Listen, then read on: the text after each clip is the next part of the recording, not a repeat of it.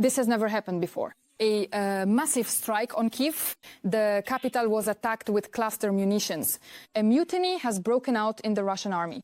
Soldiers are refusing en masse to go on meat grinder assaults. The height of cynicism, the Russians are proposing to exchange children abducted in Ukraine for their own prisoners of war. The US is preparing to enter the war between Iran and Israel. Russia has claimed that Ukraine and the United Kingdom are planning to attack the Russian fleet in the Baltic Sea. Hello, my name is Anastasia Dmitrovska, and right now here are the main stories. But first, like this video if you support Ukraine and subscribe to our channel so we don't lose each other on YouTube. 440 drones and 32 missiles. Last night, Russia once again attacked peaceful Ukrainian cities. The capital came under a combined Russian attack. In the Solomyansky district, a missile struck a high-rise building. The ballistic missile penetrated so deeply that it broke through the concrete floors all the way to the basement. Not everyone has been pulled out from under the rubble yet. Here, a married couple sits beneath the destroyed building waiting for rescuers to reach their son. These images are simply heartbreaking.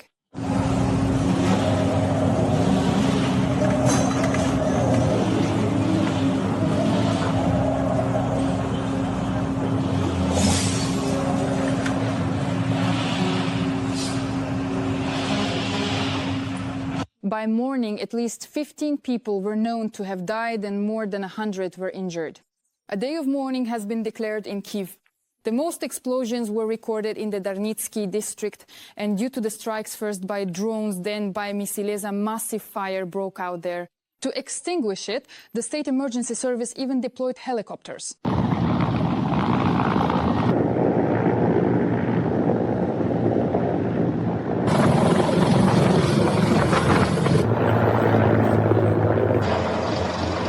A huge crater formed at the site where the missile hit. The Juliani district was hit just as hard. Enemy drones and missiles flew there one after another.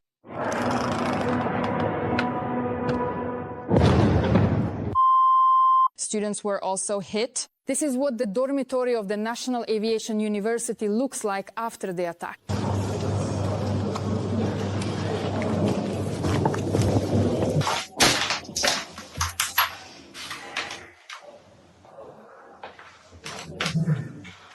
The railway infrastructure was also damaged as a result of the attack.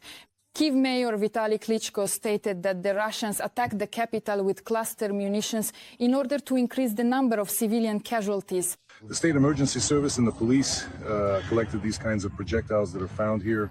These are cluster rockets with cluster warheads. These small pellets are inside to inflict maximum harm on people. This can only be called genocide. They do everything possible to ensure the highest number of casualties. They use such shells to attack a peaceful city. Later, a video of these very strikes appeared online.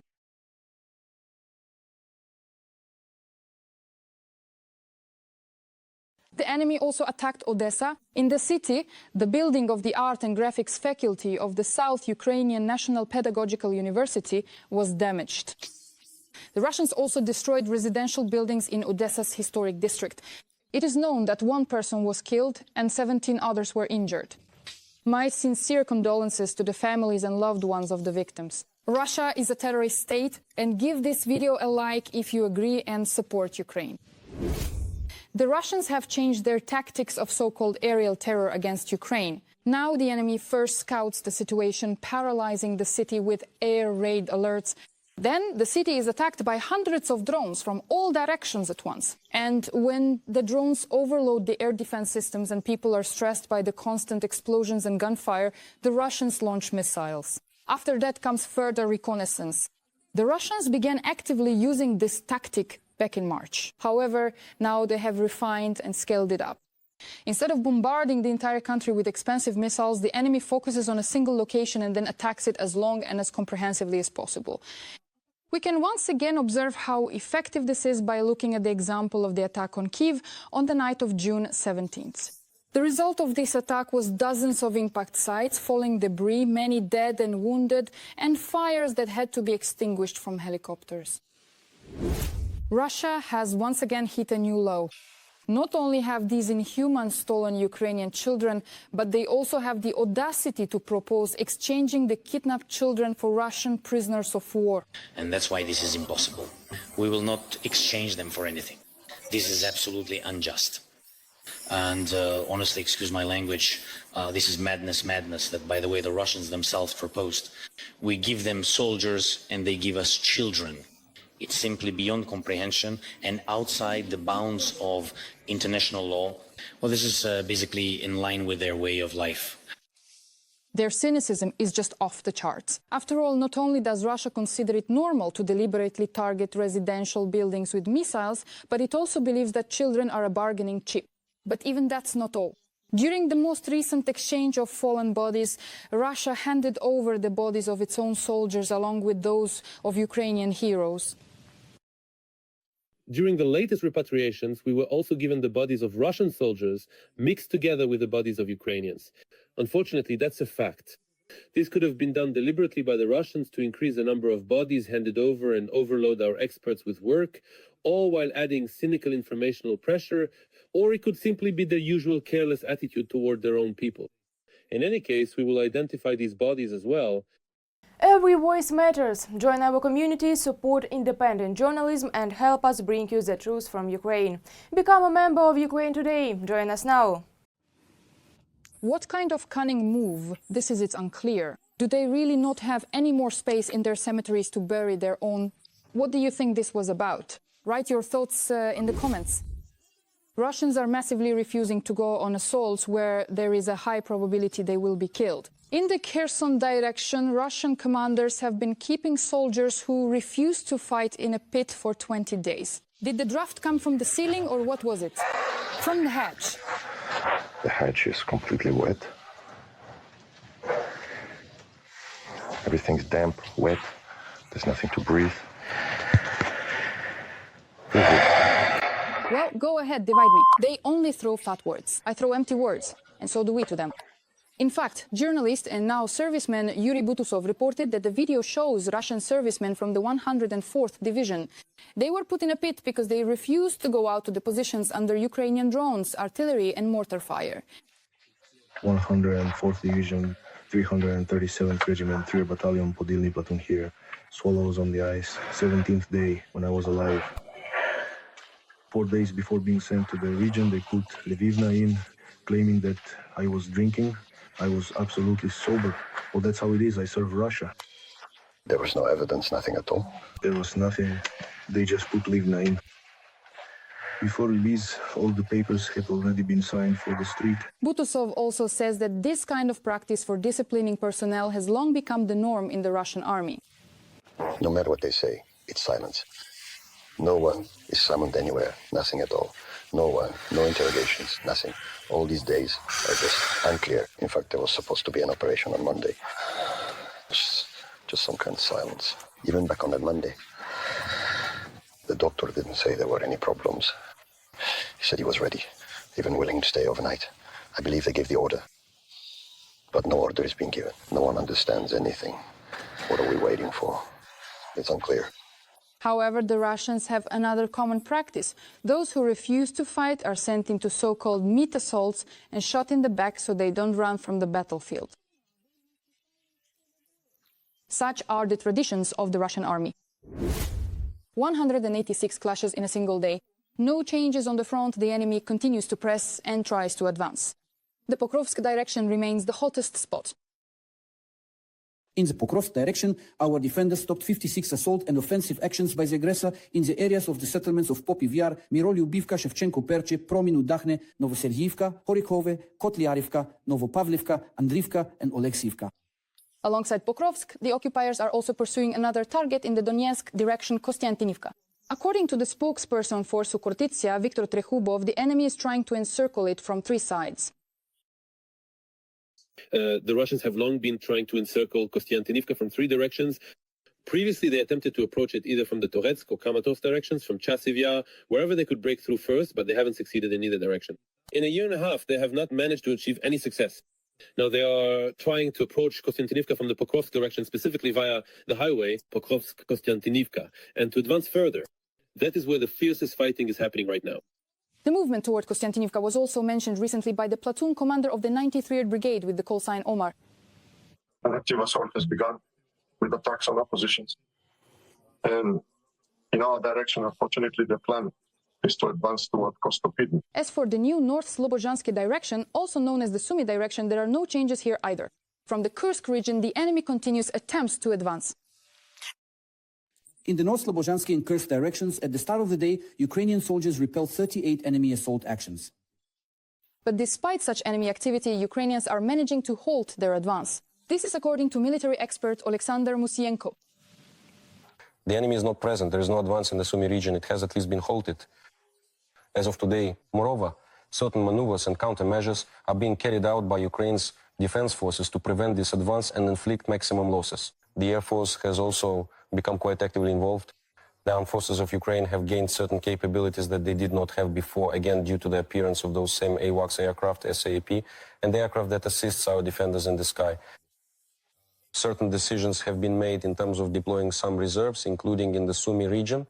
Therefore, as of today, the advance there has been halted, and a lot is being done to prevent the enemy from moving further. This is also confirmed by the spokesperson of the Ukrainian Volunteer Army, Serhiy Brachuk. They advanced 300, 400 meters forward, and if they didn't get through, that was the end of it. Although there is, of course, fire pressure from drones, Russian aviation, and the use of attack UAVs. But again, our counterattacking actions have led to the enemy being stopped at this location for now. Military analyst Kirilo Danilchenko also does not share the panic regarding the Russian offensive on Sumy. To pose a real threat to Sumy, it takes more than just attacking border villages. They would need to extend their forces westward to occupy not only Yunakivka, which they are currently trying to bypass, but also to attack it head-on. They would have to cross the Sel River and attempt to isolate the city with a wide crescent, from Mykolaiivka in the west to Krasnopilya in the east. This would require significantly more than the 50 zero bayonets the Russians have concentrated. And most importantly, it's not just the Russians attacking in this direction. Our troops, in addition to repelling enemy attacks, are also giving the Russians a hard time in the Kursk region. For example, the border guards struck 9 enemy shelters, 2 mortar crew positions, and a drone launch site in the Kursk region.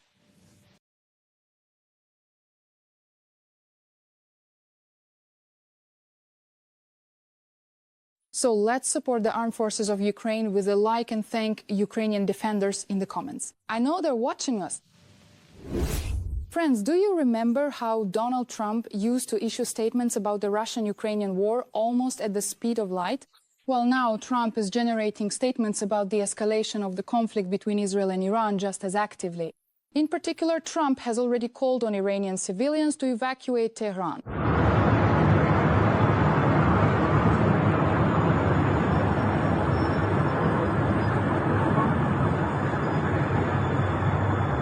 Trump also stated that Iran is very close to developing nuclear weapons. However, he notes that the United States will not allow Iran to have nuclear weapons. In addition, Trump states that he expects Iran's complete capitulation. Currently, the U.S. is allegedly preparing to go to war against Iran, and this may be the reason why Trump left the JC summit. The Pentagon and the United States National Security Council are ready to launch a military operation against Iran. Consultations continue throughout the night in Washington. They are waiting for Trump to return from Canada, who will make the final decision. Meanwhile, China accuses Trump of pouring fuel on the fire in the war between Israel and Iran. The Pentagon is rapidly deploying additional military forces to the Middle East. Meanwhile, American journalist Tucker Carlson, who previously actively supported Trump, has now stated that the threat of war with Iran could lead to the collapse of American influence in the world. Trump responded to this. Someone explained to the crazy journalist Tucker Carlson that Iran cannot have nuclear weapons.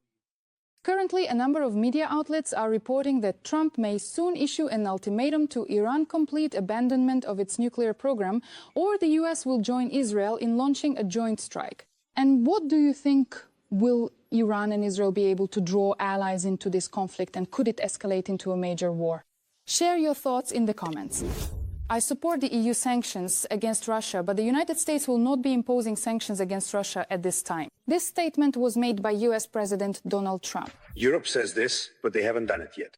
Let's see if they actually follow through first. Why not? You could sanction Russia. Why wait?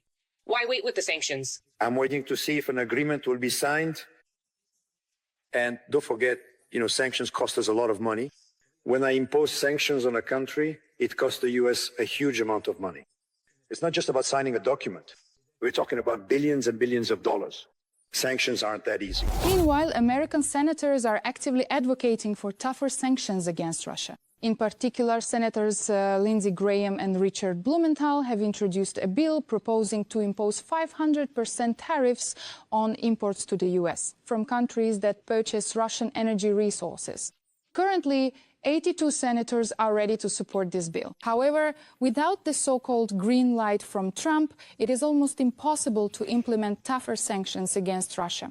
Do you support strengthening sanctions against Russia, or do you think Trump's position on this issue is the right one? Ukraine is planning to attack Russia in the Baltic Sea. In fact, Russia's Foreign Intelligence Service has stated that Ukraine, together with the United Kingdom, is allegedly preparing provocations in the Baltic Sea. According to the Russian version, one of the scenarios attention envisions staging a Russian torpedo attack on a US Navy ship. Supposedly, Soviet Russian-made torpedoes have already been handed over to the British. Another Ukrainian-British scenario involves joint work with colleagues from northern European countries regarding the accidental discovery in the Baltic Sea of Russian-made naval moored mines, allegedly planted for sabotage on an international maritime route. Of course, the Russian Foreign Intelligence Service speaks in terms of assumptions when it would be more appropriate to speak in terms of facts. But what is particularly telling here is that a nuclear superpower is doing everything it can to show that it is as afraid of Ukraine as it is of fire. Just consider the fact that after the security service of Ukraine's special operation Web, Russia urgently redirected its bombers to Chukotka and Kamchatka. And in order to preserve what remains of their air force, the Russians are conducting inter-base flights between the Olenia, Engels 2 and Ukrainka airfields. And what do you think, do the Russians have real reasons to fear so-called provocations in the Baltic Sea?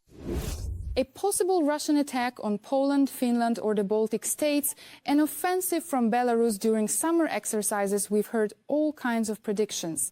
Undoubtedly, the threat is more than real, because you can expect anything from Russia. But even so, this all seems minor compared to the fact that Russia is modernizing all its nuclear facilities near NATO's borders. Of course, this is a global catastrophe. But I repeat, we cannot be the initiators of this catastrophe because we do not have a policy of a preemptive strike. Yes, in this situation, it seems as if we are waiting for someone to use nuclear weapons against us. We ourselves supposedly are not doing anything. Well, yes, but then the aggressor still must know that retribution is inevitable, that he will be destroyed. And, well, what can you do? We are the victims of aggression, and we, like martyrs, will go to heaven while they will simply die. Judging by satellite images analyzed by a Swedish publication, we are even talking about Russian nuclear bases in Belarus.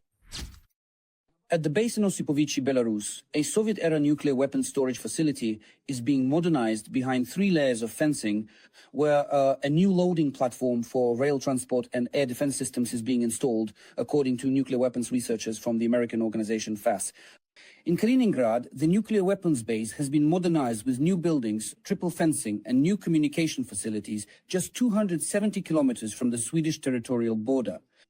According to the Polish government, about 100 tactical nuclear weapons are stored in Kaliningrad. Large buildings have been constructed on Novaya Zemlya, which experts describe as Russia's most important base for nuclear weapons testing. On the Kola Peninsula, about 50 bunkers have been built to store submarine-launched ballistic missiles, as well as a dock for loading missiles onto submarines. Russia began actively modernizing its nuclear bases in 2022. Allow me to suggest that Putin already knew back then what the attack on Ukraine would actually turn into. But here, it's not just about Russia, because a nuclear arms race can't happen with Russia alone.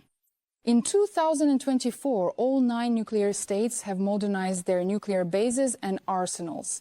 I don't even want to think about what exactly they are all preparing for. What do you think?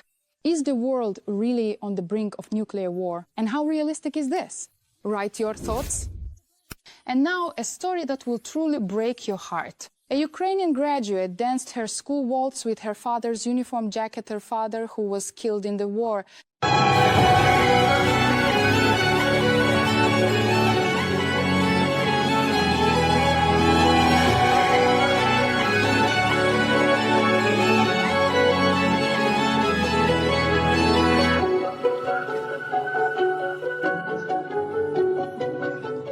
This video is now spreading rapidly online. It is known that Kristina Marchuk is a graduate from the Ivano-Frankivsk region. Her father, Andriy Marchuk, died defending Ukraine on March 13, 2022. We would also like to take this opportunity to express our sincere condolences to Kristina and her family. This is truly an unspeakable loss. Please like this video to support what we do, and be sure to subscribe to our channel Ukraine Today so you don't miss our next episodes. See you soon!